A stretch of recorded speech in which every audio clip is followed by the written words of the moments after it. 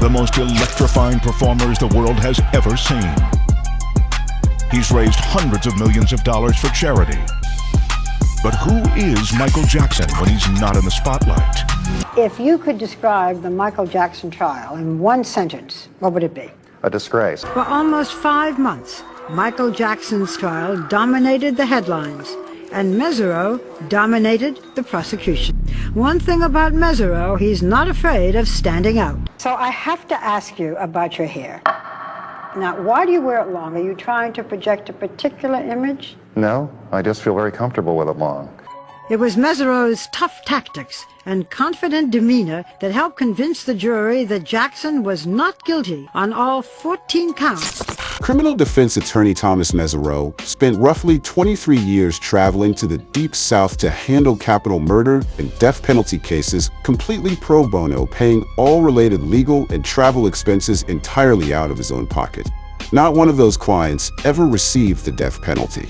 Johnny Cochran, a famous celebrity attorney who worked on cases defending people like Puffy, OJ, and Tupac, was the man who pointed at Tom when Michael Jackson needed help. Despite whatever advances this country makes in the area of civil rights, I still feel that people of color are devalued constantly in our society, and I do what I can to fight against it. He volunteers his time at a legal clinic in South Los Angeles. He mediates disputes between gang members and local authorities. He is a member of a prominent African-American church. In fact, it was Mesereau's work in the African-American community that appealed to Jackson. Michael is hearing all of these heinous accusations on a day-to-day basis, and he's wanting people to step up and say that's not true and to defend him more. This is ridiculous. We have a lot of wicked people out there, and they know what they're doing. It was all about the brand. Michael Jackson, the brand. The Jacksons, the brand. We gotta protect the brand. Thank you very much. That's all I gotta say. I remember Jermaine calling me up and says, guess what? Michael says when the trial is over, we're gonna go on tour again. And I got to realize that that's what this was really about, at least for Jermaine. Michael Jackson had an affinity for children. He never had a childhood. He wanted to be good to children because he had the financial resources to do it. He built an amusement park. He built a zoo. He invited inner city children. He invited disabled children. He did so many good things. And to try and turn that around into making him a horrendous criminal was really tragic. And I think it had a lot to do with shortening his life. He was so traumatized by that time. He needed like a reset. The media was terrible to Michael Jackson with all the wacko jacko stuff, which was horrible. What's with the plastic surgery? And Michael, he felt like he was lonely and isolated, but he was determined to live his life his way.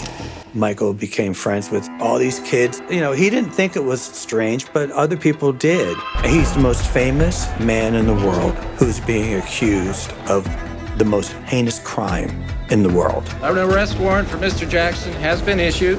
He still invites little children to sleep in his... I sat with him for 5 months, 5 days a week in a criminal courtroom, watching not just the Arvizo allegations, but other allegations being made against him. That experience seared into my soul a very strong belief that Michael Jackson never molested anyone. I have to believe these are financially motivated accusations. I have to believe that, because how else can you explain it? The judge made the decision that despite the enormous interest that the media and the public had, the cameras weren't allowed in the courtroom.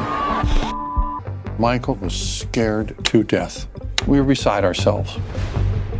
We believed he was a criminal in a very profound way, and he was able to get away with it because he had the power of his fame and celebrity.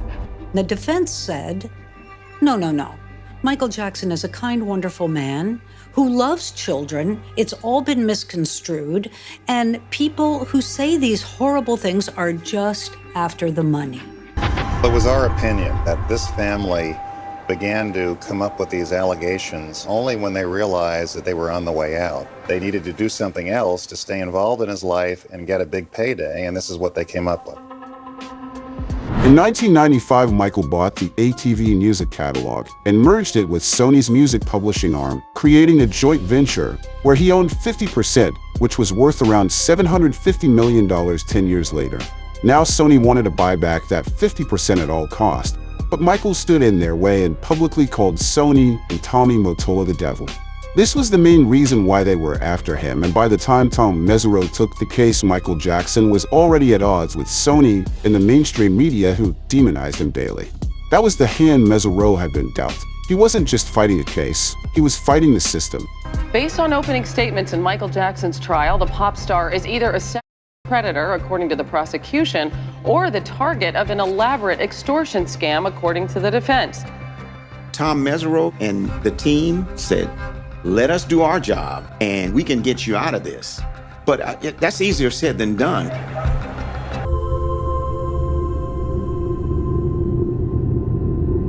Witness number 1, Martin Bashir. This is the man whose documentary has sparked this entire criminal trial. I'm distressed about the way his legal team and his PR people are attacking the program. You know, you're petrified. Tom Mesereau said, you always went in thinking you were going to get a big scoop and make a big sensational splash, right? That was the tone of Tom Mesereau talking to Martin Bashir. After the viewing, there followed tense exchanges between Bashir and Jackson's lawyer, Thomas Mesereau. I think it was clear that Tom Mesereau wanted to smear Martin Bashir and his intentions from the get-go. Tom Mesereau's cross-examination, it was surgical, never explosive, but devastating. The TV journalist refused to answer most of the questions put to him. At one stage, Bashir told the court, "I want to stand by the film and let it speak for itself." Martin Bashir was a disaster for the prosecution. He wouldn't even answer basic questions about the work he had done and what he did and why he did it. And that had to have looked very evasive, I think, to the jury. My opinion was that Mr. Bashir was very cleverly and very maliciously manipulating him down a path of destruction. He made Michael Jackson think this was going to be a positive documentary, but it was the biggest mistake Michael Jackson ever made. On the drive back to Neverland, he referred to Martin Bashir as another demon just trying to destroy him.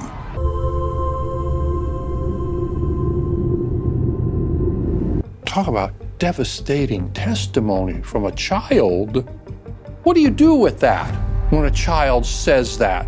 Very plainly, very clear, that's what his testimony was. What do you do? In California, defense attorneys in the Michael Jackson trial will try to discredit a key witness later today. The 14-year-old brother of Michael Jackson's accuser is set to return to the witness stand today for cross-examination. When the prosecution was questioning him, Starr did a really good job describing all that they saw on the computer and in the magazines. On cross-examination, Tom Mesereau pointed to one of the exhibits, a copy of a Barely Legal. And he said, "Is this the one you saw?" And Starr said, "Yes, that's the one Michael Jackson showed us." He continued to ask him, "Is this the magazine that Michael showed you?" He got him to say point blank, "Yes, it is the magazine." Then he uncovered the date, and that magazine was at a date where they had long past left Neverland. Look at the magazine on top, says Mesereau. It's dated August 2003, long after your family left Neverland for good. It seems it couldn't have been the actual magazine, but I think more important were the inconsistencies about exactly what he saw. On different occasions, he described what he saw quite differently, and Tom Mesereau pointed that out. I felt that we were destroying their case, destroying their witnesses, showing what the truth really was. Everyone in the courtrooms were just like, "Oh my goodness," that just totally show how much you're lying, and you're willing to just keep lying even though somebody is asking you over and over again. I remember Tom Mesereau calling Michael to the side, just right there in the courtroom, and we could see them just chatting a little bit. And then Tom Mesereau came back and say, this, beyond a shadow of a doubt, had proven Michael innocent. He was a total master of his game, Tom Mesereau. A lot of people say that, you pulled a rabbit out of the hat, but that's not really the case, is it? It is not.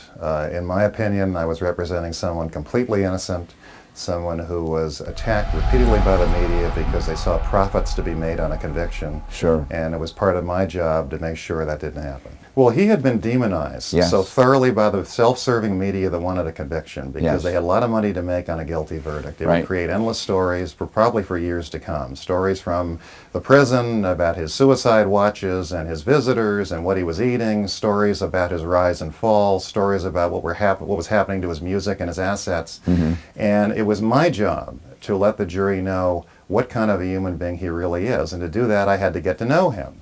And what I learned was he is an extraordinarily sensitive, decent, honorable person, very humane, someone who took all of his wealth and his success and tried to use it to do good around the world. And it was my job to dispel all these myths that the dishonest media was propagating about him.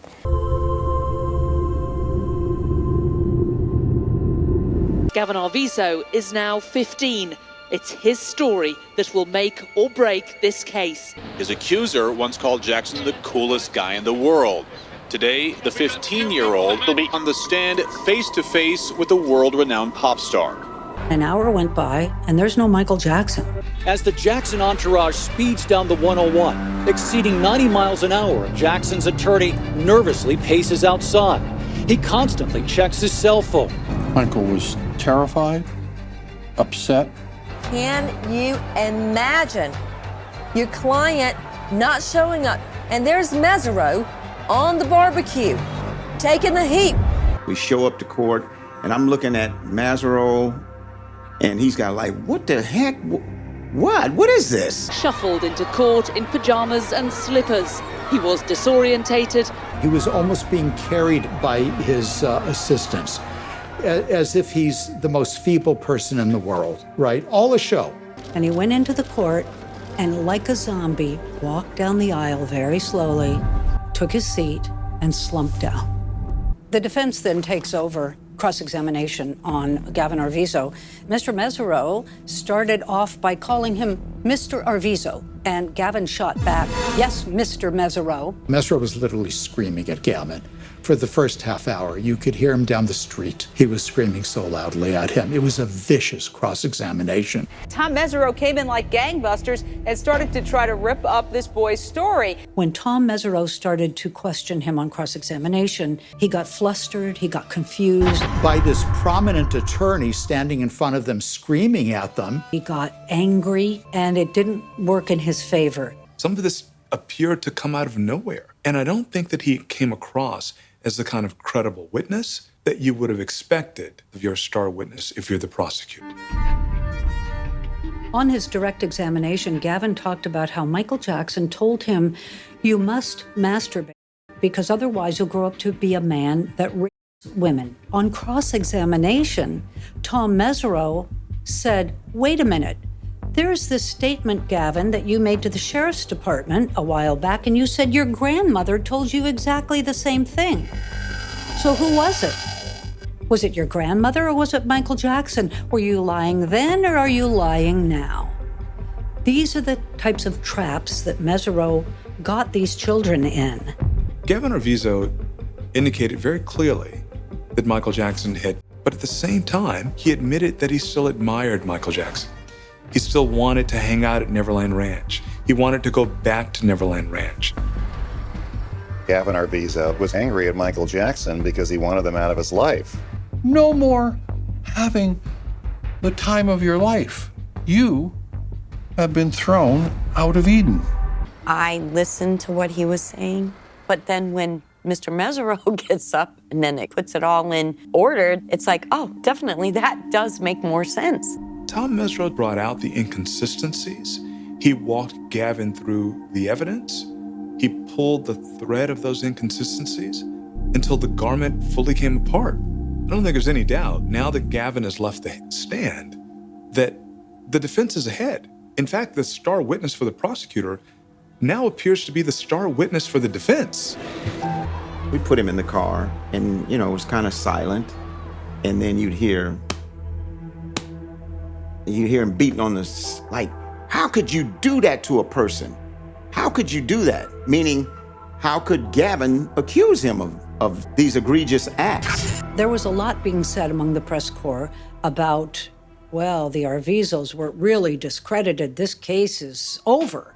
Mesereau tore through the Arvizo family and the core witnesses, so when the case was sinking, the prosecution brought in a wave of new witnesses.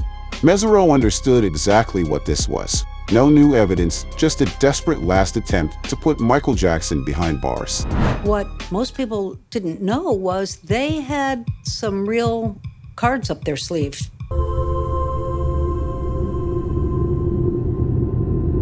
The defense in the Michael Jackson trial suffered a big setback today. The judge said he will allow the prosecution to present evidence that Jackson has been accused of children before and that he paid to settle 2 of the cases. The allowance of prior bad acts by the judge landed like a thud, like a lead balloon. It made the prosecution feel, we can get him. In a clear victory for DA Tom Mesereau, the judge ruled that under California law, jurors could hear about old, unproven allegations involving 5 boys. We were still in trouble. Jackson's lead attorney, Tom Mesereau, counterattacked ferociously. The defense skillfully took each one of these witnesses and put them in one box, and it was the box of grifters. He was masterful. I mean, he used facts and a tone of voice that made the jury think, oh boy, these people can't be believed. You know, in my opinion, money hungry. People wanted Michael Jackson's money, no matter how to get it. I think we cross-examined effectively. They put on witnesses who were lacking in credibility. This is just Mesereau throwing more dirt. We've had 10 people testify and he says they're all crooks and liars. You could see him deteriorating physically and emotionally. He was doing his best. I think his mother and God were the primary ones who kept him strong. And I'd see tears come down. They made a pretty strong case here. All about credibility and not about physical evidence. All of this is hanging in the air for the jury to consider. 45 days and 85 witnesses later, the prosecution in the Michael Jackson case rested. Jackson lead attorney Tom Mesereau, he simply said the defense rests. Michael Jackson is a few moments away from hearing his fate. So many fans, media, all just in a crush. This could be the last time that Michael Jackson is a free man for a long time. I just remember seeing his face. I just like wow, you know. The slow walk, it was almost like a death march, you know, blank look on his face. No emotion whatsoever. It's almost like he's a zombie, just existing. Boom, boom, not guilty on all counts. Michael's vindicated, acquitted. I told you so. The man's innocent. He always was. I was told after the trial that I had cost the worldwide media billions of dollars by acquitting Michael Jackson on every single charge. They failed, and they failed miserably, and I was very proud to be part of their failure.